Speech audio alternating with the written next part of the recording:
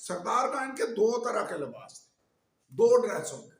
Number 1 جلال اور خوبصورتی کے لباس جو رنگین تھے اور ان پر بہت خوبصورتی سے کڑھائی کا کام کیا گیا تھا, یعنی جو مختلف کلروں کے ارغوانی, کرمزی اور پتہ نہیں کون سے رنگ یہاں پر لکھا ہوا ہے چھٹی آیت میں کہ وہ افود تو سونے اور ارغوانی اور آسمانی اور سرخ رنگ کے کپڑوں اور باریک بٹے ہوئے کتان کا بنا جو کسی ماہر استاد کے ہاتھ کا کام ہو.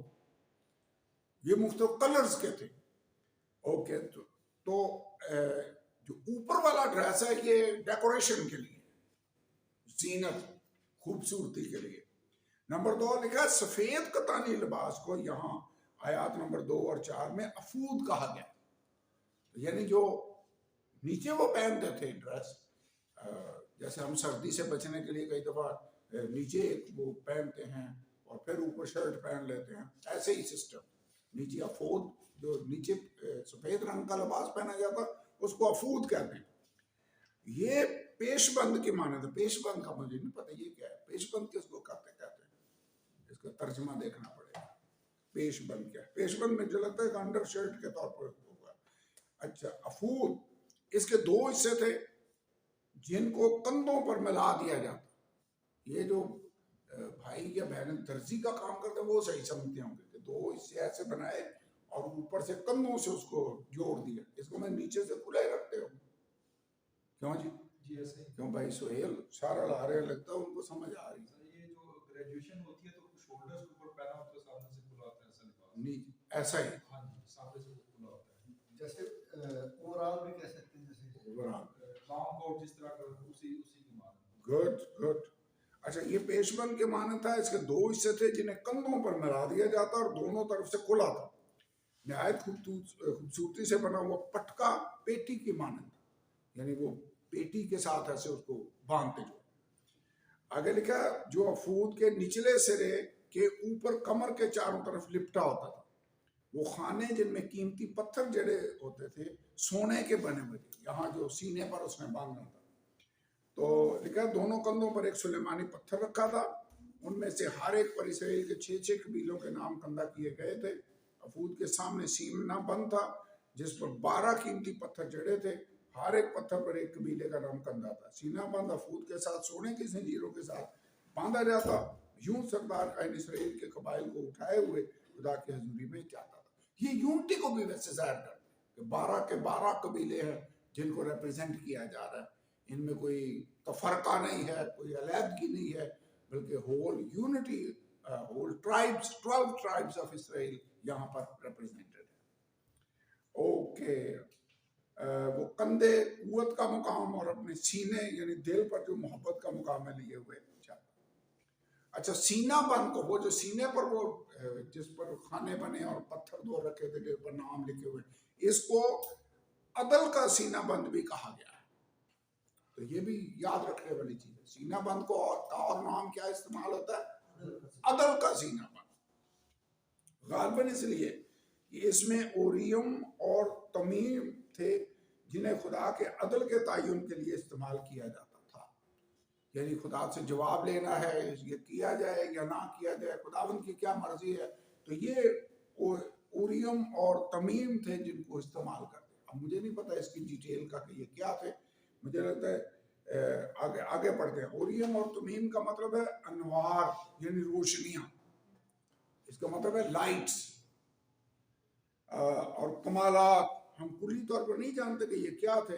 یہ بک والا بھی کہہ رہا ہے کہ ہمیں بھی نہیں پتا, لیکن جیسا کہ اوپر اس کے معنی بیان کیے گئے اس سے ہم یہ اخذ کرتے ہیں کہ یہ سینہ بند سے منسلک تھے اور انہیں خداوند سے رہنمائی حاصل کرنے کے لیے استعمال کیا. ٹھیک ہے, میرے خیال اتنا ہمارے لیے کافی ہے کہ یہ ڈائریکشن کے لیے تھے تمیم اور اوریم اور تمیم, یہ دونوں چیز. اوکے نیکسٹ اگر آپ دیکھیں لکھے افود کا جبہ ہی ہو گیا گاؤن. نیلے رنگ کا ایک لباس تھا جسے افود کے نیچے پہنا جاتا. اس کو مطلب یہ نیچے پہنا جاتا, اوپر افود پہنا جاتا اور پھر ڈیکوریشن کے لیے اوپر اور گاؤن پہنے جاتے. وہ تو کلروں. یہ تو ویسے کافی زیادہ انٹرسٹنگ ہوگی. 3 چیزیں پہنی ہوئی. ہاں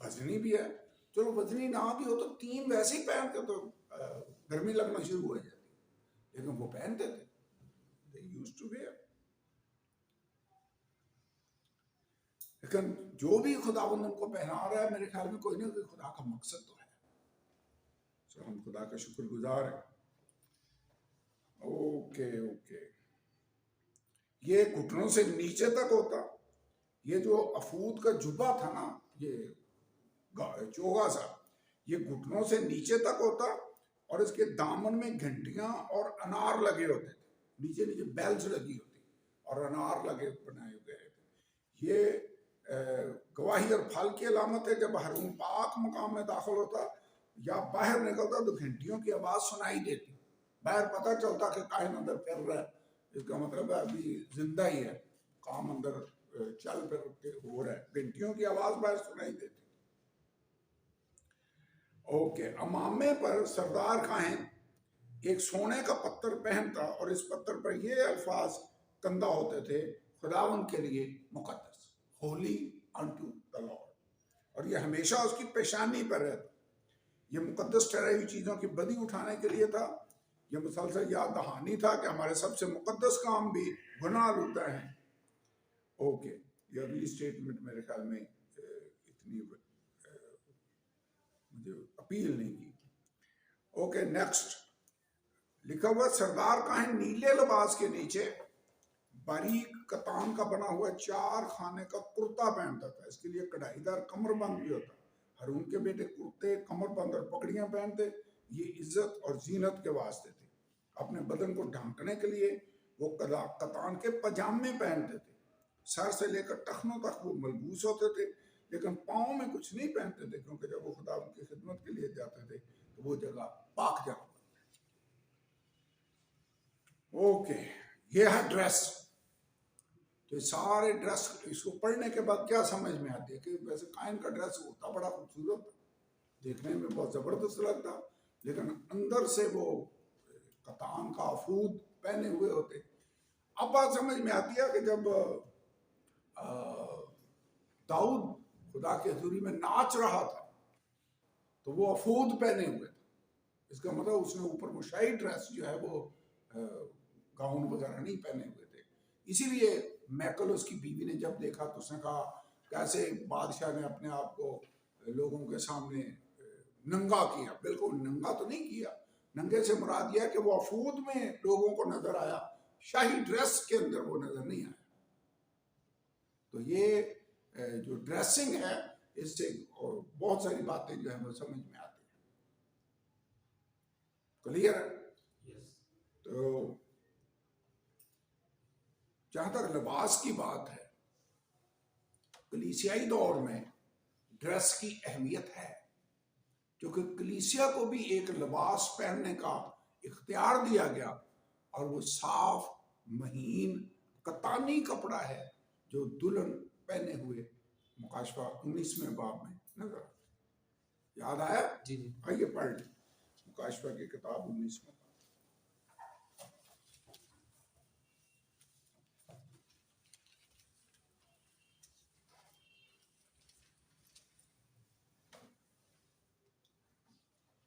باب کے 7 دعو ہم خوشی کریں, نہایت شادماں ہوں, اس کی تمجید کریں, اس لیے کہ برہ کی شادی آ پہنچی. اس کی بیوی نے اپنے آپ کو تیار کر لیا. اس کو تیار کر لیا, کیسے ریڈی کر لیا؟ اس کو چمکدار صاف مہین کتانی کپڑا, وہاں پر ہم نے پڑھا باریک بٹے ہوئے کتان کے ساتھ وہ بنایا گیا تھا ڈریس.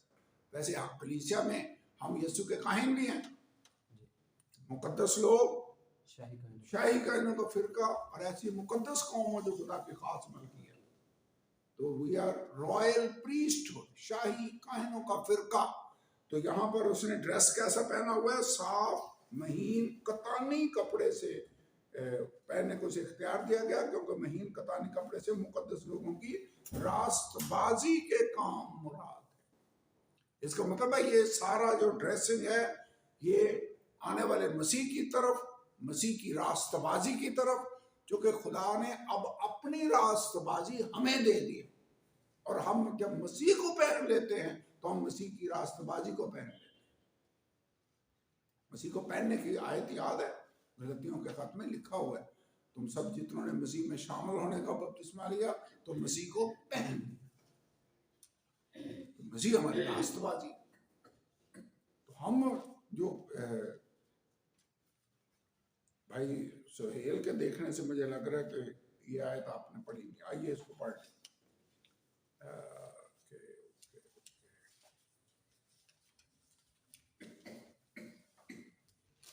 کہاں پر ہے؟ تیسرا باب، غلطیوں تیسرا باب آیت نمبر 27۔ اور تم سب جنہوں نے مسیح میں شامل ہونے کا بپتسمہ لیا مسیح کو پہن لیا۔ مسیح کو پہن لیا۔ کس کو ہم پہن لیتے ہیں؟ جب آپ بپتسمہ لیتے ہیں تو آپ یسوع کو پہن لیتے ہیں۔ اب خدا آپ کو نہیں دیکھ رہا، یسوع کو دیکھ رہا ہے۔ جو چیز پہنی ہو وہی نظر آتی ہے نا، اندر سے تو نہیں نظر آتا کہ اندر کیا ہے۔ جو باہر سے پہنی ہوئی چیز ہے وہی لوگوں کو نظر آتی ہے۔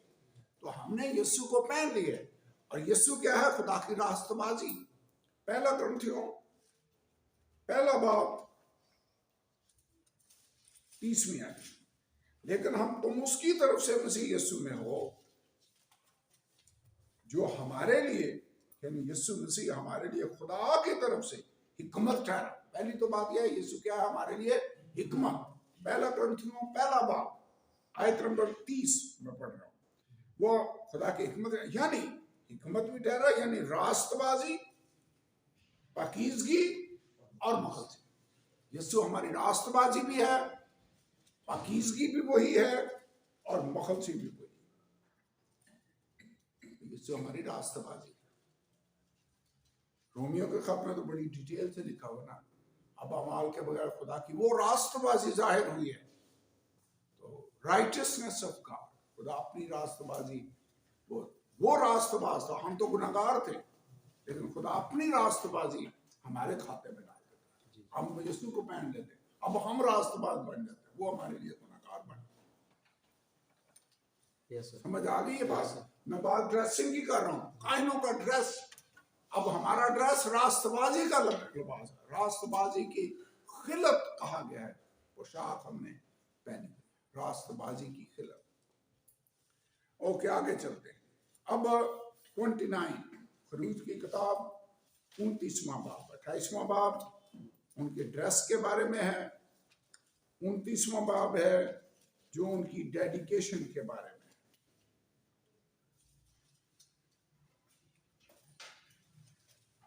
اس کو میں نے پڑھا نہیں ہے پورے باب کو، لیکن اس میں بیسیکلی ڈریس ان کی ڈیٹیل دی گئی ہے کہ کیا کیا ہوگا۔ میں نے مختصراً خلاصہ ان کا آپ کو پڑھ کر بتایا۔ 29واں باب کاہنوں کو خدا کی خدمت کے لیے، کہانت کے کام کے لیے ڈیڈیکیٹ کیا گیا۔ کیسے ڈیڈیکیٹ کیا گیا؟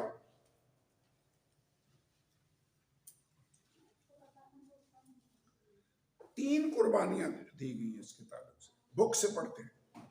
29واں باب پہلی 9 آیتوں لکھا ہے، خدا نے ہارون اور اس کے بیٹوں کی پہلے کاہنوں کی حیثیت سے مخصوصیت کی۔ اس کے بعد کاہن بننے کا واحد طریقہ یہ تھا کہ کوئی کاہنوں کے قبیلے اور خاندان سے پیدا ہوا۔ کاہن بننا تو کیا لازمی ہے کہ لاوی کے خاندان میں ہو، لاوی پیدا ہوگا تو وہ کاہن ہوگا۔ اس کے برعکس کلیسیا میں کاہن بننے کا واحد طریقہ نئی پیدائش ہے۔ کلیسیا میں آپ کیسے شامل ہوتے ہیں؟ نئی پیدائش سے۔ جب کلیسیا میں شامل ہو گئے تو آپ کاہنوں کا فرقہ بن گئے۔ انسان کا کائنوں کو مخصوص کرنا محض انسانی عمل ہے، اصل کام خدا کرتا ہے۔ ہمارا یہ ہیومن ایک ایلیمنٹ ہے جو ہم یہ کرتے ہیں۔ اوکے، بیان کردہ رسومات پر اعبار 8 باب میں عمل درآمد ہوا۔ کائنوں کی تقدیس بالکل کوڑیوں کو پاک صاف کرنے کی مانند ہے۔ ان دونوں صورتوں میں قربانی کا خون متعلقہ شخص پر لگایا جاتا۔ اب 3 قربانیاں پیش کی جاتی، ایک سوختنی قربانی، خطا کی قربانی کے لیے ایک برا، سوختنی قربانی کے لیے ایک مینڈا، اور ایک مینڈا مخصوصیت کے لیے۔ یہ آگے چل کر ہم دیکھیں گے، لیکن مین چیز یہ تھی کہ اس قربانی کا خون متعلقہ شخص پر لگایا جاتا۔ ان 3 حصوں پر، اس کے کان کی لو پر، ہاتھ کے انگوٹھوں پر اور پاؤں کے انگوٹھے، اس کو ویسے باقی قربانیاں پیش کی جاتی تھیں، ان کا خون چھڑکا جاتا تھا مذبح پر، آدمی کو نہیں لگایا جاتا، لیکن کاہنوں کو ڈیڈیکیٹ کرتے وقت یہ کام کیا گیا۔ اور جب کسی کو پاک کرنے کی رسم ادا کرتے تو پھر بھی یہی کام کیا کرتے، اس کے کان کی اس جگہ پر، انگوٹھوں پر، ہاتھوں پر اور پاؤں کے انگوٹھوں پر اس کو لگاتے۔ اوکے، اس کا مقصد یہ تھا کہ کاہنوں کو بھی خدا کی خدمت کرنے کے لیے اگر خدا کے حضور میں آنا ہے تو پہلے ان کو بھی پاک ہونا پڑے گا، ان کی بھی ڈیڈیکیشن ضروری ہے، ان کے گناہوں کا کفارہ ضروری ہے، ان کی تقدیس ضروری ہے، پھر ہی وہ خدمت کا کام سر انجام دے۔ قربانیوں کے لیے اشیاء کا آیات نمبر 1 سے 3 میں ذکر ہے، اس کے استعمال کی تفصیلی ہدایات بعد میں دی گئی ہیں۔ کاہنوں کی تقدیس کے لیے پہلا قدم یہ تھا کہ ہارون اور اس کے بیٹوں کو خیمہ اجتماع کے دروازے پر لا کر نہلایا جائے۔ پہلے نمبر پر کیا کرنا ہے؟ ان کو نہلاؤ۔ بائبل میں سے اگر آپ پڑھیں 29واں باب آیت نمبر 4 پڑھیں۔ پھر ہارون اور اس کے بیٹوں کو خیمہ اجتماع کے دروازہ پر لا کر ان کو پانی سے نہلانا۔ یہ پہلا سٹیپ ہے، گھر میں نہلانا، کہاں لا کر ان کو غسل دلانا ہے؟ خیمہ اجتماع کے دروازے پر لا کر ان کو نہلانا ہے۔ اس کے بعد پھر وہ ڈریس جو ہم نے 28ویں باب میں سارا پڑھا ہے وہ پھر ان کو پہنانا ہے، پہنائے گا موسیٰ ان کو پہنائے گا۔ تو لکھا ہوا ہے 4 آیت میں ہم نے پڑھا، 5ویں آیت، اور وہ لباس لے کر ہارون کو کرتا اور افود کا جبہ، افود اور سینہ بند پہنانا، افود کی کاریگری سے بنا ہوا کرتا کمر بند اس کے باندھ دینا، امامہ کو اس کے سر پر رکھ کر اس امامہ کے اوپر مقدس تاج رکھ، تاج اس کو پترا جس کے اوپر لکھا ہوا تھا خدا کے لیے مقدس، وہ اس کو تاج کہا جا رہا ہے۔ اس کے بعد مسح کرنے کا تیل لے کر اس کے سر پر ڈالنا اور اس کو مسح کرنا۔ تو کتنے سٹیپوں کو؟ پہلے نہلانا ہے، پھر اس کو کپڑے پہنانے ہیں، کپڑے پہنا کر پھر اس کو مسح کرنا ہے۔ مسح کرنے کا جو یہ نہیں کہ انگلی سے ایسے اس کو مسح کر دینا ہے، بلکہ پورا وہ تیل اس کے سر پر انڈیلنا ہے۔ تو اس کے سر پر انڈیلنا اور اس کو مسح کرنا، اور یہ تھوڑا تیل ویسے نہیں انڈیلتے تھے، لگتا ہے کہ کافی زیادہ تیل انڈیلتے تھے۔ ہاں، بائبل میں لکھا ہے بہتا ہوا اس کی داڑھی پر، اس کے کپڑوں پر، بلکہ اس کی پوشاک کے کناروں تک پہنچ گیا۔ ویسے خدا جب ہمیں مسح کرتا تو وہ بھی تھوڑا نہیں کرتا، وہ آنے والے تیل کے ساتھ مسح آنے والے پاک روح کے مسح کی ایک ٹائپ تھا، اور وہ بھی مسح پر کثرت کے ساتھ ہمیں عطا کرتا ہے، ہم اس کے شکر گزار ہیں۔ اور اس کے بعد تیل سے مسح کرنے کے بعد آگے آیت نمبر 7 میں لکھا ہے، اس کے بعد اس کے بیٹوں کو کہانت کے کرتے پہنائے۔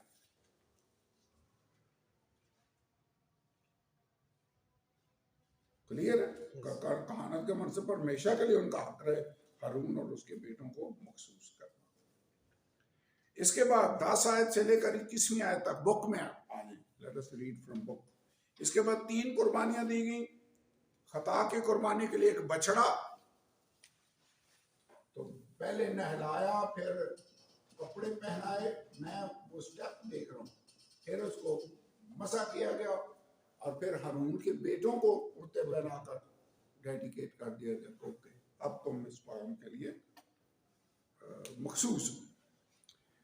تو قربانی جب دی، اب ہم قربانی کی طرف جانے لگے۔ یہ تو لباس ہو گیا، پھر ان کی تقدیس کی گئی، اب قربانی میں 3 جانور تھے جو ذبح کیے۔ نمبر 1 بچڑا،